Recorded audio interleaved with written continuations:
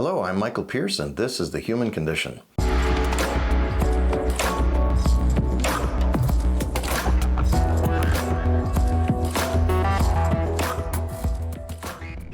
Today our topic is health lies that you've been told, and so have I.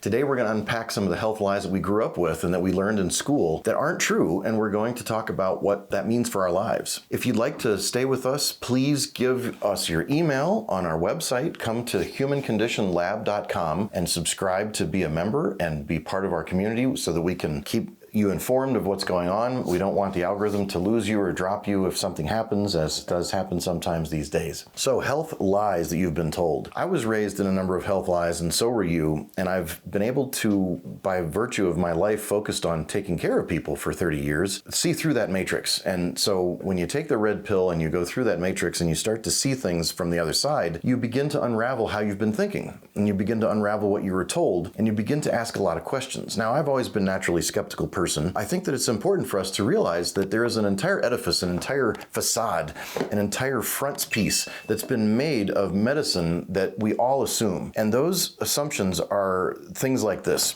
Your condition is too serious to have a natural intervention. You must go to the medical system, and you must go to a hospital, or you must try heroic drugs and surgeries.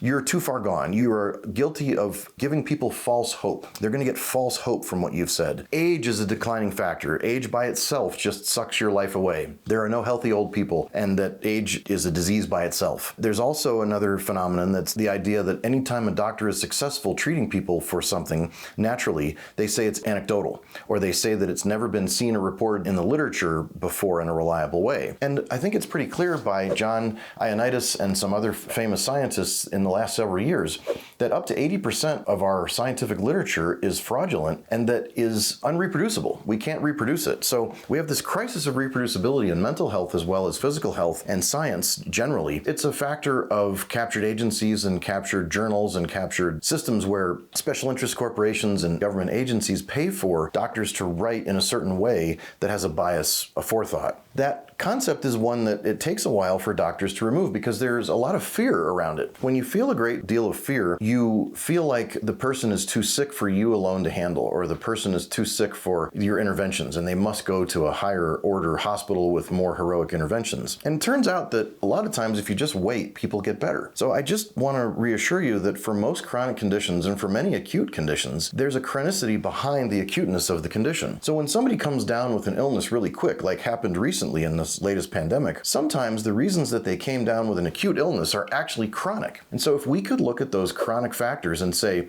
what was the person eating? How were they sleeping? What were their macros, their proteins, fat, and carbohydrates? Did anybody ever measure their toxins like heavy metals and pesticides? Did anybody measure their sleep or find out how their cardiovascular system was? Did anybody do any kind of imaging to understand how their brain was functioning, or their heart was functioning, or their fat of their organs was functioning? And then there's also another thing that came around when I was going through school many years ago. There was this idea of mindfulness. The government was paying for a mindfulness concept in alternative medicine, and it was trying to teach people that if you would only be mindful, you'd be able to control your health just by sheer force of will or relaxation or meditation, or somehow you'd be able to use this mindfulness concept. And I think that's great. I really think we do need more meditation and more mindfulness and maybe prayer, whatever it is that floats your boat. You need to consider that concept. But the idea that mindfulness alone, without interfering with the sacred medicine or the sacred drug or the sacred prescription, is really what I think was going on back then. And I think it was a fraud. I think it was a real problem. So this concept that you can do mindfulness alone and you won't have to change your diet and you won't have to change your exercise and you won't have to change your medications is really going to help you get better or feel better in the long term is really a fraud. I think that you've got to look at your food, you've got to look at your chemistry, you've got to do some lab tests. And even if you're poor and you don't have the capacity to do lab tests or the access to do lab tests, there's a lot of science you can do to yourself to do elimination diets and to get rid of foods and to look for sources of toxins in your life, like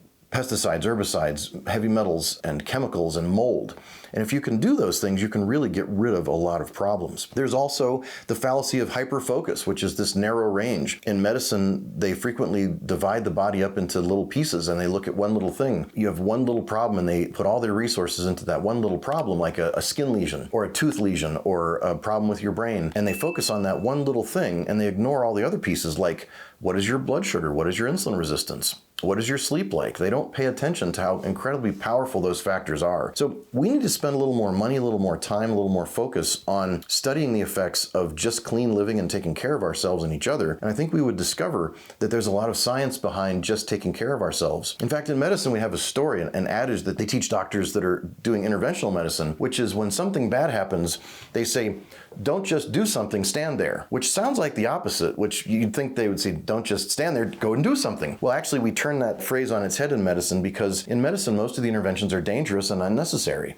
So we try to train, at least years ago, tried to responsibly train doctors to intervene less and to intervene less often. And I think during the last pandemic, it's important for us to realize that, we threw remdesivir at people, we threw ventilators at people, we threw PCR tests at people, and we didn't know what we were doing, and we didn't measure what we were doing, and we didn't pay attention to morbidity and mortality. We didn't pay attention to what was the actual all-cause mortality, and we rushed in to provide very heroic and interventionist methods that were very dangerous. And there were lots of basic things that we could have done. We need to do a post-mortem analysis on that. We need to do an autopsy on our own behavior as a culture and figure out, what did we do wrong? What do we need to do different next time? Because there will be a next time. I'm sure that there are going to be forces that will try to make this happen again, and that will unleash this kind of thing, and that will overreact to pandemic types of situations and emergencies. And the first thing that they taught us in Boy Scouts when I was growing up was, don't panic. So slow down, use your brain, think about what we call first principles. I really like Michael Saylor's first principles and Ivor Cummins' first principles. I think that concept of starting with first principles is a good way to think and a good way to begin looking at health. I want to basically tell you and reassure you that